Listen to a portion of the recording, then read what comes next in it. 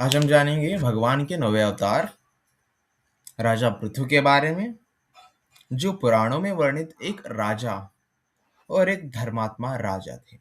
इनके बारे में अब हम जानेंगे। Is it so? आपके पास पेन पेपर या फिर नोट पैड हो तो लिख लीजिए। ये श्लोक है श्रीमद् भागवतम के 1.3.14 में। श्रीमद् भागवतम प्रथम स्कंद तृतीय अध्याय और 14वें श्लोक में, पहला स्कंद तीसरा अध्याय 14वें श्लोक। ऋषिभिर्याचितो उपदेशनवमं पार्थिवं वपुं दुग्धे मामोषधिर्विप्रस्तेनायस उषत्तमम्। ऋषिभिर्यजितो उपदेशं नवं पार्थिव वपुं दुग्धे मामोषधिर्विप्रस्तेनायस उषोत्तमम्। हे ब्राह्मणों, 9वें अवतार में भगवान ने ऋषियों द्वारा प्रार्थना किए जाने पर राजा पृथु का शरीर स्वीकार किया, जिन्होंने भूमि पर खेती करके विभिन्न प्रकार की उपज उत्पत्ति की और इसी कारण पृथ्वी सुंदर और आकर्षक थी। सूत गोस्वामी यहाँ ब्राह्मणों को कह रहे हैं, हे ब्राह्मणों, भगवान कृष्ण ने 9वें अवतार के रूप में ऋषियों द्वारा प्रार्थना करने के बाद भगवान ने एक राजा पृथु का शरीर उन्होंने स्वीकार किया, भगवान ने, और जिन्होंने भूमि पर खेती की, फार्मिंग की, भूमि पर खेती की उन्होंने, और भूमि पर खेती करने के बाद वहां धान्य उत्पन्न हुआ। धान्य उत्पन्न करने के बाद पृथ्वी सुंदर और आकर्षक बन गई। श्रील प्रभुपाद तात्पर्य में क्या कहते हैं वो देख लेंगे। पृथ्वी के आगमन से पहले उनके पिता, जो महाराज पृथु के पिता थे, के दुराचार जीवन के कारण घोर कुप्रशासन व्याप्त था। बुद्धिमान वर्ग के लोगों अर्थात ऋषि और ब्राह्मणों ने न केवल भगवान से पृथ्वी पर आने की प्रार्थना की, बल्कि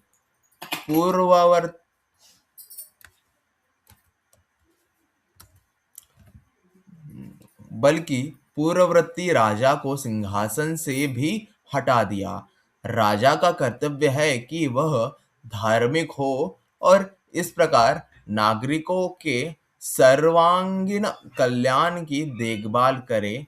जब भी राजा अपने कर्तव्य के निर्वहन में किसी प्रकार की लापरवाही बरतता है तो बुद्धिमान वर्ग को उसे सिंहासन से हटा देना चाहिए। भगवान के अवतार से पहले, पृथु के आगमन से पहले, उनके पिता, जो महाराज पृथु के पिता थे, वे दुराचारी जीवन के कारण घोर कुप्रशासन व्यक्ति थे। मतलब एक क्रूर राजा थे उनके पिता। और बुद्धिमान वर्ग के लोग अर्थात ऋषियों और ब्राह्मणों ने न केवल भगवान से पृथ्वी पर आने की प्रार्थना की, बल्कि भगवान से पृथ्वी का आने की प्रार्थना की, बल्कि पूर्ववर्ती राजा को सिंहासन से भी हटा दिया। फर्स्टली क्या, जो पृथ्वी महाराज के पिता थे वो क्रूर अत्याचारी किंग थे, राजा थे, और ऋषियों, ब्राह्मणों, भक्तों ने भगवान से प्रार्थना की कि आपके अवतार लेने का समय आ चुका है, और ये भी प्रार्थना की जो राजा है उनको सिंहासन से हटा दे। और राजा का कर्तव्य है, राजा मतलब क्या, पहले राजा थे, जैसे राज्य को संभाल दिया। अब हमारे भारत देश के राजा है respected honourable prime minister Narendra Damodar Das Modi. वो हमारे देश के राजा है। राजा का कर्तव्य होता है कि वह धार्मिक हो, वो धार्मिक हो, धर्म को जाने, भगवान और कृष्ण का भक्त हो, धार्मिक हो, सनातन धर्म की रिस्पेक्ट करे, जो हमारे honourable prime minister Narendra Modi ji वो धर्म का अनुसरण करते हैं। Is it? और इस प्रकार नागरिकों को सर्वांगीण कल्याण की देखभाल करें। और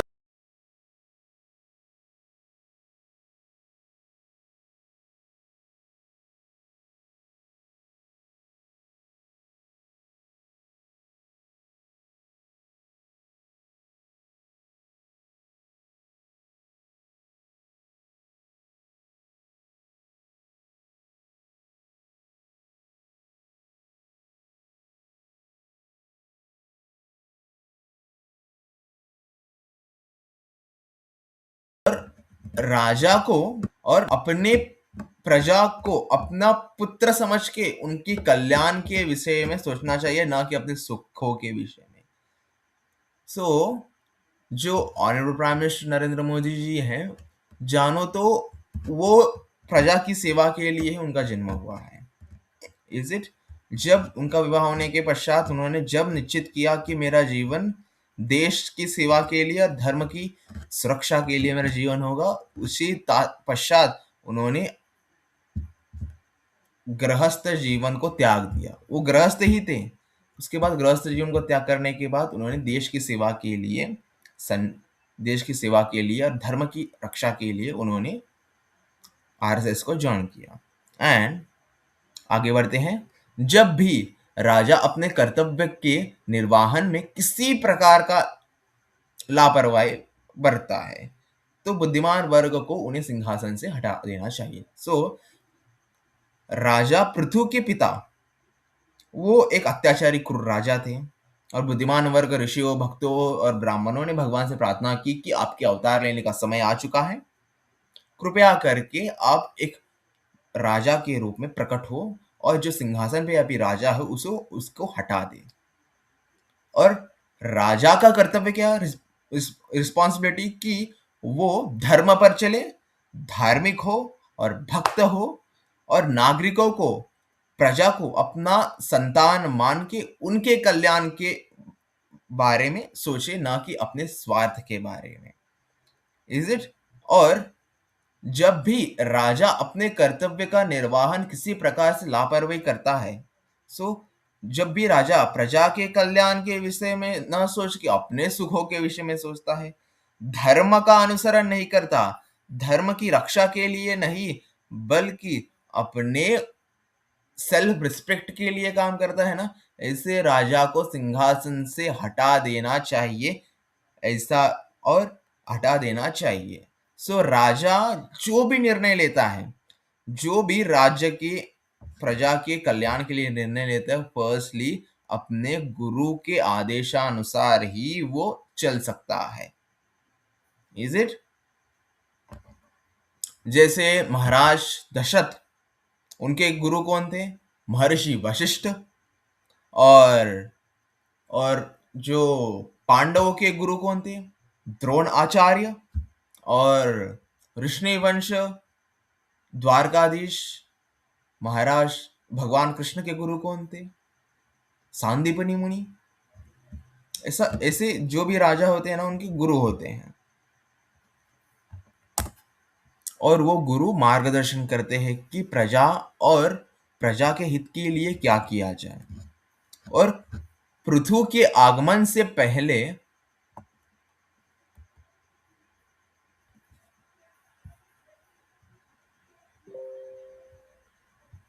1 सेकेंड।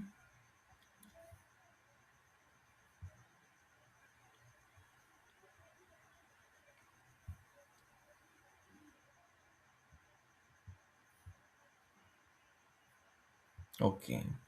यद्यपि बुद्धिमान वर्ग राजगद्दी पर नहीं बैठता, क्योंकि जानता क्योंकि जनता के कल्याण के लिए उनके पास कहीं अधिक महत्वपूर्ण कर्तव्य है। राजगद्दी पर बैठने के बजाय उन्होंने भगवान के अवतार के लिए प्रार्थना की, और भगवान महाराज पृथ्वी के रूप में प्रकट हुए। सच्चे बुद्धिमान पुरुष या योग्य ब्राह्मण कभी भी राजनीति पदों की आकांक्षा नहीं करते। महाराज पृथु ने पृथ्वी से अनेक प्रकार की उपज निकाली, जिससे न केवल नागरिक ऐसे अच्छे राजा को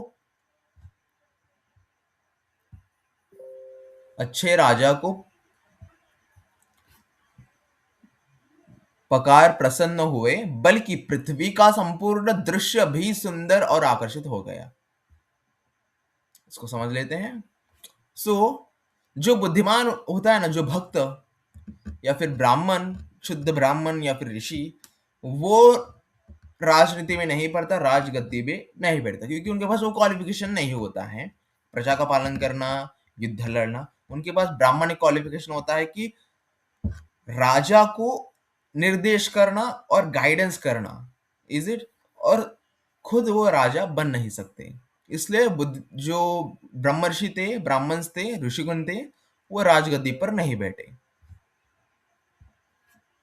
क्योंकि जनता के कल्याण के लिए उनके पास कई अधिक महत्वपूर्ण कर्तव्य होते हैं। जो ब्रह्मर्षि ब्राह्मण्स होते हैं ना, उनको जनता के कल्याण के लिए बहुत सारी अधिक कर्तव्य होते हैं। यज्ञ करना, याग करना, या फिर तपस्या करना, और भागवत की शिक्षाएं प्रदान करना, आध्यात्मिक शिक्षाएं, उनके लिए कई कर्तव्य होते हैं। लेकिन राजगद्दी पर केवल एक क्षत्रिय ही बैठ सकता है, इज इट।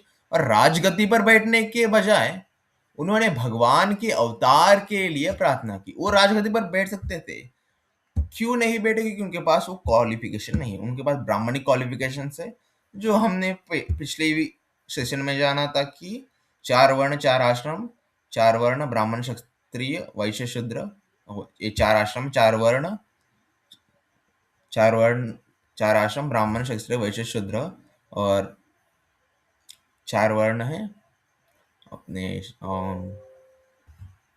ब्रह्मचार्य आश्रम, गृहस्थाश्रम, वानप्रस्थाश्रम, संन्यासाश्रम, 4 आश्रम है, 4 वर्ण ब्राह्मण क्षत्रिय वैश्य शूद्र। इनके बारे में हमने कल सेशन में जाना था। जो ब्राह्मण होता है, भगवान का भक्त होता है, वो राजगद्दी पर नहीं बैठता, बजाय कि उन्होंने अपनी भक्ति से भगवान को प्रार्थना की कि वो स्वयं आए और राजा का पद स्वीकार करे, और भगवान महाराज पृथ्वी के रूप में प्रकट हुए। और सच्चे बुद्धिमान पुरुष या योग्य ब्राह्मण कभी भी राजनीतिक पदों को की आकांक्षा नहीं करता, क्योंकि वो अपने आप को भगवान का दास मानता है और प्रजा के कल्याण के लिए भगवान से प्रार्थना ही कर सकता है। सिर्फ महाराज पृथु ने केवल भगवान प्रकट नहीं हुए पृथ्वी के रूप में, महाराज पृथु ने पृथ्वी को अनेक प्रकार से उपाज निकाली, जो कष्टों से उन्होंने निवारण किया महाराज पृथ्वी ने, और जिससे न केवल नागरिकों का, प्रजा का हित नहीं हुआ, प्रजा का अच्छा हुआ है, लेकिन बल्कि पृथ्वी का संपूर्ण ऐश्वर्य और सुंदर और आकर्षित हो गया पृथ्वी, जिससे प्रजागण अधिक प्रसन्न थे राजा से। जो राजा कैसा होना चाहिए? जो लीडर, पॉलिटिशियन, या फिर राजा या फिर पीएम हो, सीएम हो, कैसा होना चाहिए कि अपने स्वार्थ का न सोच के प्रजा का कल्याण के बारे में, प्रजा के हित के बारे में सोचे। एंड सेकेंड क्वालिफिकेशन होना चाहिए राजा का कि राजा भगवान का भक्त हो, धार्मिक हो, और अपने प्रजा को धर्म का अनुसरण सिखा सके। ये दूसरा क्वालिफिकेशन होना चाहिए, is it. And third qualification is most important, वो राजा अपने प्रजा को अपने संतान के भांति समझे। ये 3 क्वालिफिकेशन किंग में, राजा में होना चाहिए। आप देख सकते हो ये तीन qualification honourable respected prime minister Shri Narendra Damodar Das Modi उनमें है। वो धर्म का अनुसरण करते हैं, वो भगवान के भक्त भी हैं, एंड वो अपने प्रजा को संतान के भांति देखते हैं, और उन्होंने अपने सुखों का त्याग करके प्रजा के सुखों के लिए उन्होंने वो पद स्वीकार किया है। ये तीनों के 3 क्वालिफिकेशन जो हमारे देश के राजा ऑनरेबल नरेंद्र मोदी उनमें है। और राजा पृथु के आगमन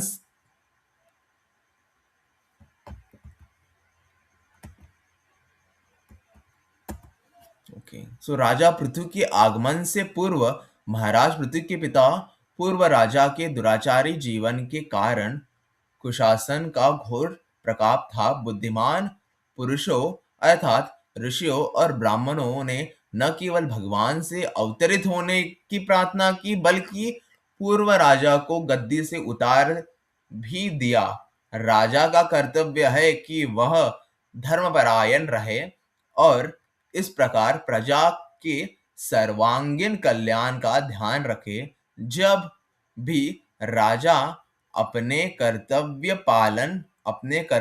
पालन के कोई लापरवाही बरते तो बुद्धिमान लोगों को उसे पदच्युत कर देना चाहिए। राज सिंहासन पर बैठने के बजाय उन्होंने भगवान के अवतार की प्रार्थना की और भगवान महाराज पृथ्वी के रूप में अवतरित हुए। महाराज पृथ्वी ने पृथ्वी से अनेक उपजें खोदी और इस प्रकार न केवल प्रजाजन ऐसे श्रेष्ठ राजा को पाकर प्रसन्न हुए बल्कि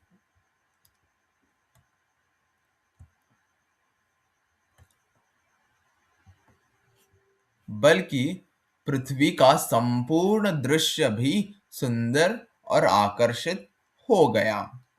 सो सो राजा पृथ्वी के आगमन से पूर्व उनके पिता राज सिंहासन बनते वो बहुत दुराचारी थे। इसलिए ब्राह्मणों ऋषियों भक्तों ने भगवान को प्रार्थना की अवतार लेने का समय आ गया है और आप एक राजा के रूप में आए हैं। सो भगवान ने बल्कि राजा पृथ्वी के रूप में आकर ब्राह्मणों की प्रार्थना स्वीकार करके उन्होंने अवतार लिया, बल्कि उन्हें राजगद्दी और भगवान से ये प्रार्थना की उन्होंने आपका आपका अवतार लेने का समय आ गया और जो राजा अभी करंटली है उसको राजगद्दी से भी हटा दीजिए। और भगवान एक राजा के रूप में प्रकट हुए और सार्वजनिक जो प्रजा के कल्याण के लिए उन्होंने अवतार लिया और बुद्धिमान लोगों ने पदच्युत होकर जो राज सिंहासन पर जो भी दुराचारी राजा होता है वो उसको हटाने की जिम्मेदारी प्रजा में और ब्राह्मण भक्तों में होती है। Is it? अगर वो ब्राह्मणों का रिक्वेस्ट करने के बाद भी नहीं हटा तो जो भगवान के शुद्ध भक्त होते हैं उनका दायित्व होता है कि भगवान से एक उचित राजा को सिंहासन पर बैठा दे। और ब्राह्मणों ने भगवान से ही स्वयं प्रार्थना की कि आप ही स्वयं आए और राजा का सिंहासन स्वीकार करें। Is it? और उन्होंने न ही केवल उन्होंने अवतार लिया प्रजा का भी कल्याण किया बल्कि खेती करके इस समस्त पृथ्वी का वैभव ऐश्वर्य लौटा दिया और सुंदर और आकर्षित कर दिया इस पृथ्वी को। सो आज हमने जाना कि भगवान ने राजा पृथ्वी के रूप में आके इस पृथ्वी पर अवतार लिया और उन्होंने प्रजा का हित और प्रजा को संतुष्ट किया और उन्होंने पृथ्वी का वैभव वापस लाया और सुंदर दृश्य और आकर्षित बनाया। और बल्कि राजा की 3 क्वालिटीज होनी चाहिए। वो भक्त होना चाहिए, धर्मात्मा होना चाहिए, धर्म का अनुसरण करना चाहिए और वो अपने सुखों को त्याग करके प्रजा की हित के लिए कार्य करना चाहिए और देश की सुरक्षा के लिए।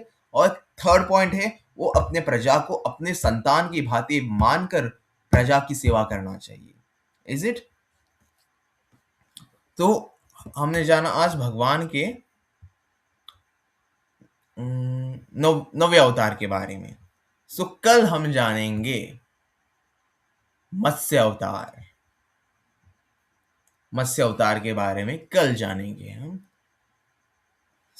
मत्स्य अवतार के बारे में कल जानेंगे। जब मत्स्य अवतार होने के बाद भगवान ने एक युग की स्थापना की, वो है कृतयुग, जिसे सतयुग भी कहते हैं। Is it?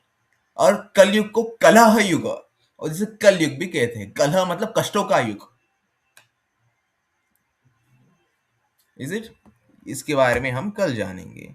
सो आपके पास भागवतम हो तो इसके बारे में जानकारी लेने के लिए इस श्लोक को आप पढ़ सकते हो, जो श्रीमद् भागवतम के 1.3.15 में है, और ये प्रभुपाद जी का तात्पर्य। Is it? सो यही हम सेशन को एंड करेंगे, तो मिलते हैं कल।